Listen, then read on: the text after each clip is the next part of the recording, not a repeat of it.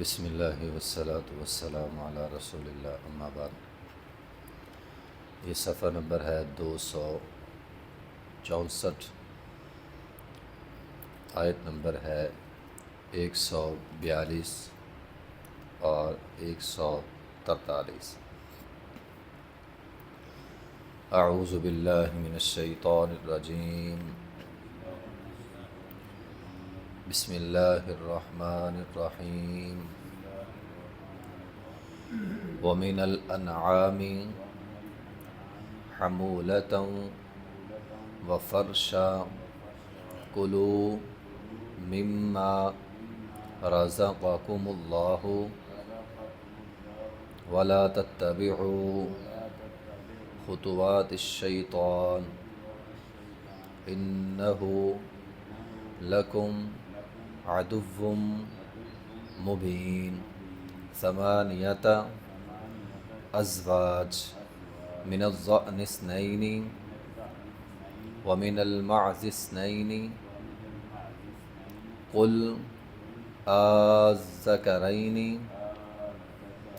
حرم ام الانثیین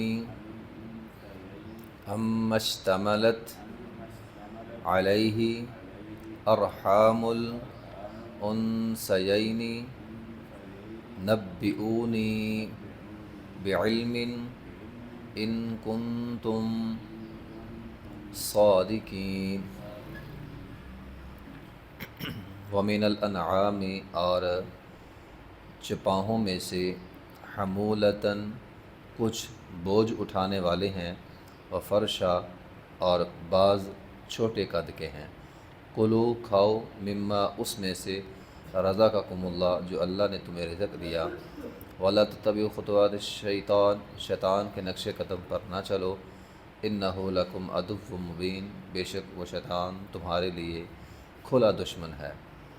ثمانیۃ ازواج، 8 جوڑے ہیں، 8 قسمیں ہیں۔ من الضأن اثنین، 2 ان میں سے بھیڑ میں سے ہیں، 2 قسمیں۔ ومن المعد اثنین، اور 2 قسمیں جو ہیں وہ بکریوں میں سے ہیں۔ قل کہہ دیجئے، الذکرین کیا مذکر، حرم حرام کیا، ام الانثیین یا اللہ تعالیٰ نے مادہ کو حرام کیا، ام اشتملت علیہم ارحام الانثیین یا وہ جن پر مشتمل ہے مادہ کے پیٹ، یعنی پیٹوں کے اندر جو رحموں کے اندر جو بچے ہیں اللہ نے وہ حرام کیے ہیں۔ نبئونی بعلم، علم کے ساتھ، دلیل کے ساتھ مجھے خبر دو، ان کو تم صادقین اگر ہو تم سچے۔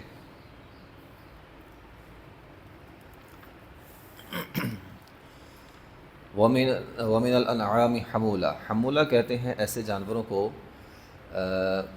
جو بوجھ اٹھانے والے، جس طرح اونٹ اور بیل کے اوپر بوجھ تو نہیں لادا جاتا، لیکن بیل بوجھ کھینچنے والی ہوتی ہے۔ اور فرشا ایسے جانوروں کو کہتے ہیں جو چھوٹے ہوتے ہیں، مثال بھیڑ بکریاں وغیرہ، ان کو فرشا کہتے ہیں۔ تو اللہ تعالیٰ فرماتے ہیں چاہے وہ حمولہ ہوں، فرشا ہوں، ان میں سے جو حلال ہیں، ٹھیک ہے، ویسے تو جو ہے وہ گدھا وغیرہ بھی بوجھ کھینچ لیتا ہے، لیکن وہ حلال نہیں ہے۔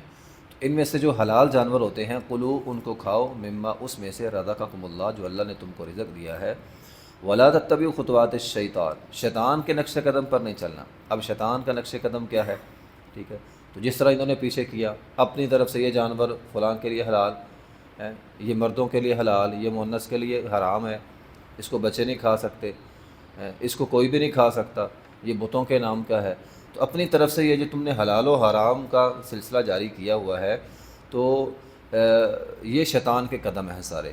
ولا تتبعوا خطوات الشیطان شیطان کے قدم پہ نہ چلو۔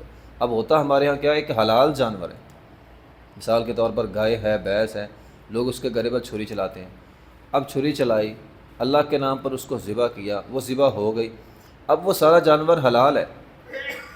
اچھا، بعض لوگ اس میں سے بھی حصے کر لیتے ہیں، اس کی فلان چیز حلال ہے، فلان چیز حرام ہے، فلان چیز حلال ہے، فلاں حرام ہے۔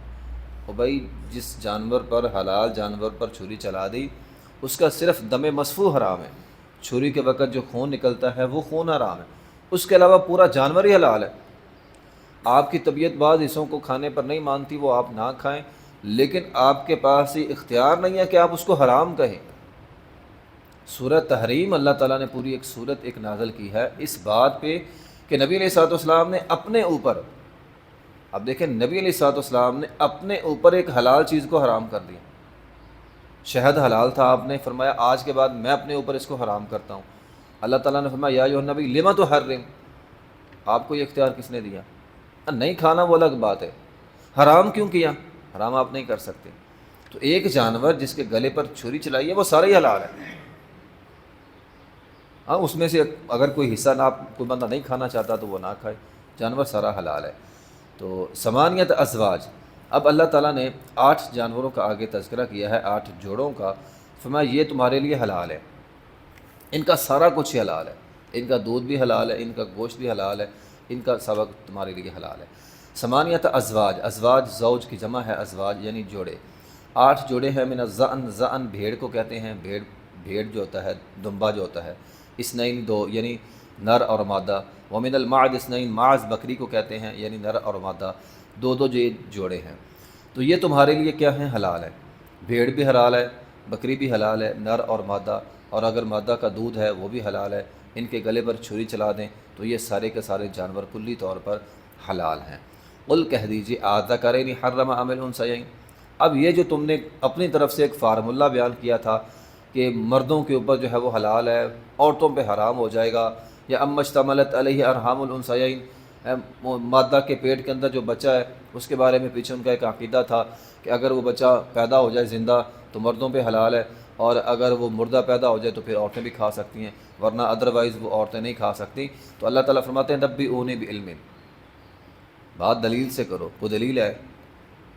آج بھی آپ دیکھ لیں لوگ یہ جتنی شرکیہ رسومات ہیں یا بدعت پر مبنی رسومات ہیں، دلیل کسی کے پاس نہیں ہے۔ اللہ تعالیٰ فرماتے ہیں دلیل سے بات کرو۔ دلیل کیا ہو سکتی ہے؟ قرآن کی کوئی آیت، نبی کا حکم، یا سابقہ کسی نبی کا حکم ہو تمہارے پاس؟ کچھ بھی نہیں ہے۔ تو بغیر دلیل کے بات کرنے والا تو ظالم ہے، ٹھیک ہے۔ نبی علیہ الصلوۃ والسلام نے فرمایا میں نے اس شخص کو جہنم میں اپنی انتڑیوں کے ارد چکر لگاتے دیکھا جس نے یہ جانوروں کے حوالے سے شرک یا بدعت ایجاد کی تھی، فلاں جانور حلال ہے فلاں حرام ہے، جس نے یہ بات کہی تھی میں نے جہنم کے اندر دیکھا وہ اپنی انتڑیوں کے ارد چکر لگا رہا ہے۔